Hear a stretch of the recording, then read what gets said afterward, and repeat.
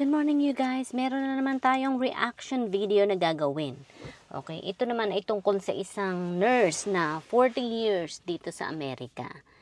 Ngayon, umuwi siya after 40 years, buong buhay niya, talagang inilaan niya, binigay niya lahat doon sa mga tao sa Pilipinas, sa kanyang pamilya siguro. Hindi siya nagtira para sa sarili niya.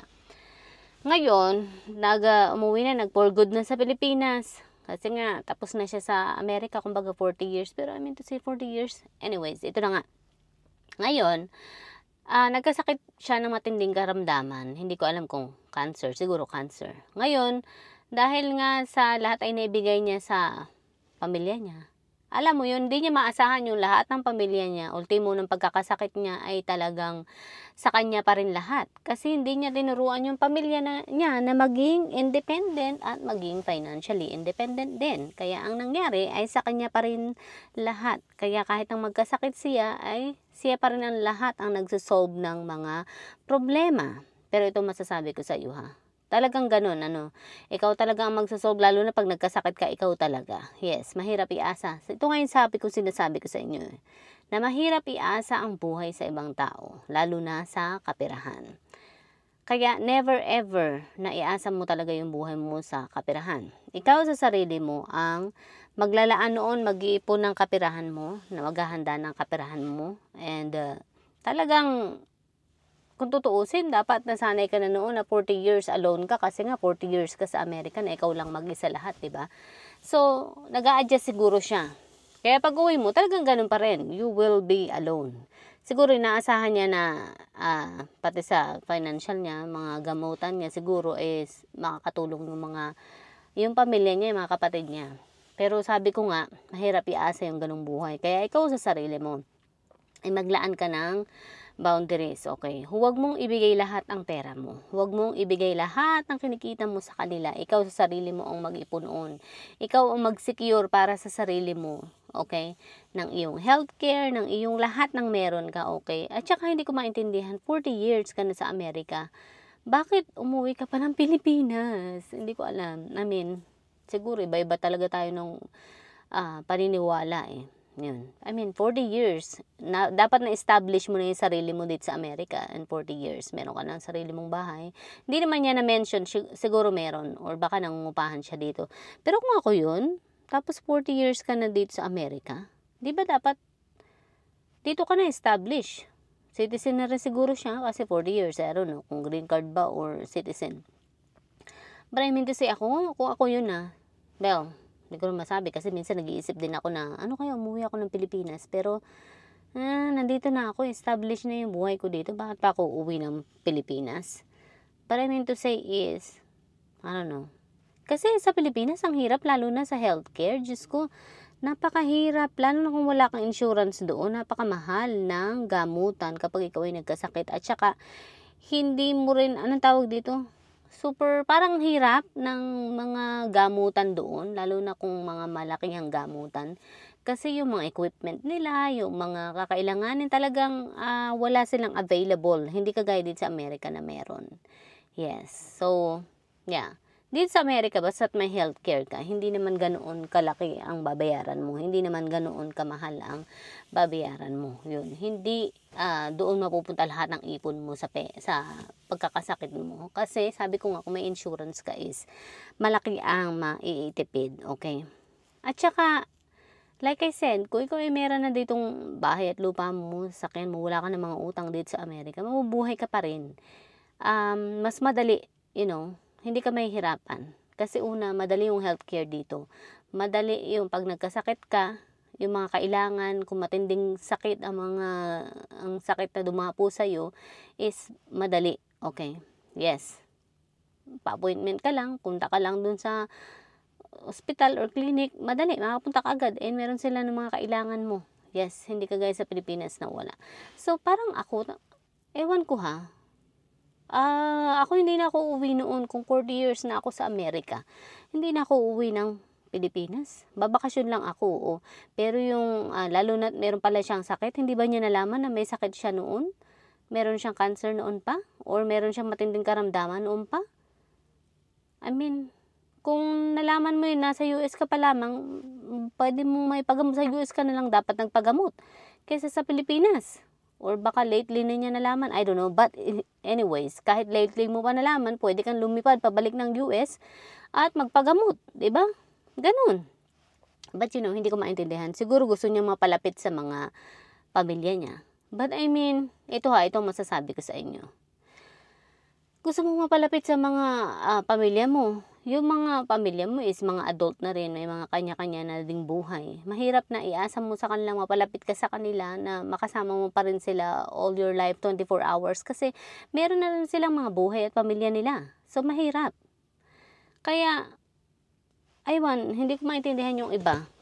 I mean, kung dahil tumira ka dun sa Pilipinas, dahil gusto mo makatipid sa mga expenses, that's understandable. Pero yung sasabihin na mapalapit sa yung pamilya mo, pwede pa rin naman. But I mean to say is, hindi yung mapalapit na tumira pa rin sa kanila, yung maging, yung parang, basta 24 hours is magkakasama kayo or all your life ay magkakasama pa rin kayo. Mahirap yun, Hindi ba naisip, 40 years ka sa Amerika, 40 years ka dito sa Amerika, lahat ng freedom nasa sa'yo, okay? But babalik ka sa, I don't know. I don't understand. Ako kung sakali na ako uuwi ng Pilipinas, halimbawa lang at kung ako'y sakali, nag-iisip din naman ako minsan kung anong gagawin ko pag ako ay nag-60 na, pag nag-retire na ako sa trabaho, babalik ba ako ng Pilipinas or titira ba ako ng Pilipinas para mas libre, para mas makatipid ako sa mga gastusin, Pero makakatipid ba talaga ako kung titira ako sa Pilipinas? Yun ang iniisip ko.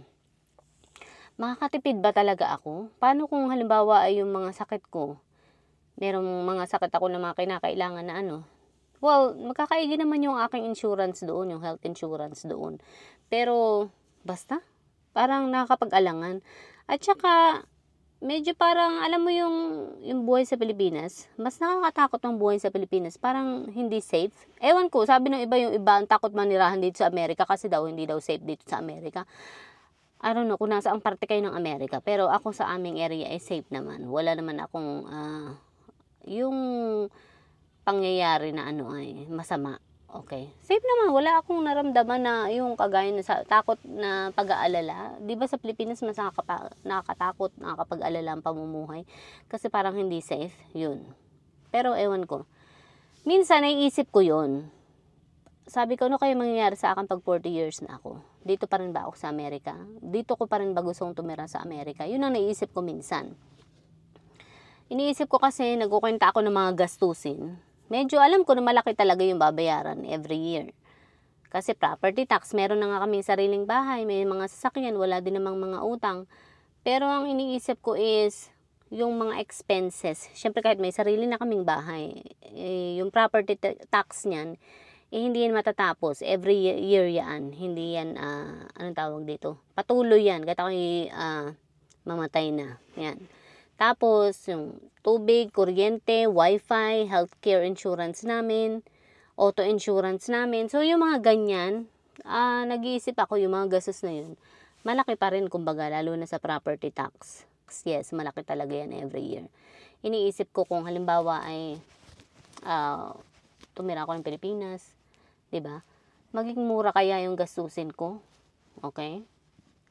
Siguro magiging mura din, pero yun nga kinakatakot ko yung healthcare. Hindi magandang healthcare sa Pilipinas, hindi kagaya dito sa Amerika. Yun. Pero yun nga, sabi ko, magkakaroon ba ako ng peace of mind kung nasa Pilipinas ako, 'di ba? Hindi kagaya dito, at least kahit paano may peace of mind naman ako. Yun. We'll see. But anyways, ito ang may sasabi ko sa inyo. Kung kayo ay tumutulong pa rin sa pamilya nyo, magkaroon kayo ng boundaries sa sarili nyo. Hindi pwede na akuin yung buong buhay nyo ang problema nila, okay? Lalo na kung sila ay mga adult na at able na, okay? Able to live on their own, able to survive and work for their own, hindi na sila minor, sila ay nakapagtapos na ng pag-aaral, meron ng mga trabaho, meron ng mga pamilya. Hindi mo kailangan na saluhin pa rin yung mga problema nila. Hindi mo kailangan na maging problema pa rin ang mga problema nila. Okay? Pwede mo silang tulungan sa abot ng makakaya mo, pero hindi mo pwedeng ibigay lahat ng meron ka. magtatabi ka ng para sa'yo, okay? Dahil, ang future mong nakasalalay diyan, okay? Ang kinabukasan mong nakasalalay diyan. Pagdating ng panahon, ang lagi mong itatanong sa sarili mo is paano ka? Paano mo pa rin masusustentuhan ang mga pangangailangan mo? Pagdating ng ikaw ay tumigil na sa pagtatrabaho, okay? Yun ang lagi nyong tatandaan. Sino ang tutulong sa iyo kapag ikaw ay dumating na ang panahon na tapos na sa pagtatrabaho, okay? Na mahinga ka na. Paano yung mga bills mo, yung mga bayarin mo, okay? Yung mga kagastusan mo, yan ang lagi nyong tatandaan. Sino ang mag-provide noon para sa iyo? Okay. Hindi mo pwedeng isipin na, oh, sila naman na mag-provide sa akin dahil natulungan ko na sila noon, napag-aral ko na sila noon. Mahirap yung gagawin mo dahil hindi 100% na may babalik nila sa iyo yung mga naitulong mo sa kanila. Okay? Dahil yung mga yan, ang expected nila is, oh, napag-aral na ako ng, ano kung bigay na yun sa akin. Yun, parang, oh, mayaman na yan si tita. Wala na yung, wala na yung intindihin sa buhay. Yun, parang ganun eh. Kaya na niya ang sarili niya, parang ganun. So, yeah, mahirap. Unless, maging honest ka at sabihin mo talaga sa kanya na, oh, pagdating ng panahon, tutulungan mo ako, diba? Pero parang mahirap nun. Yun, magiging yun. Magiging burden niya yun, diba? Okay. So, yeah.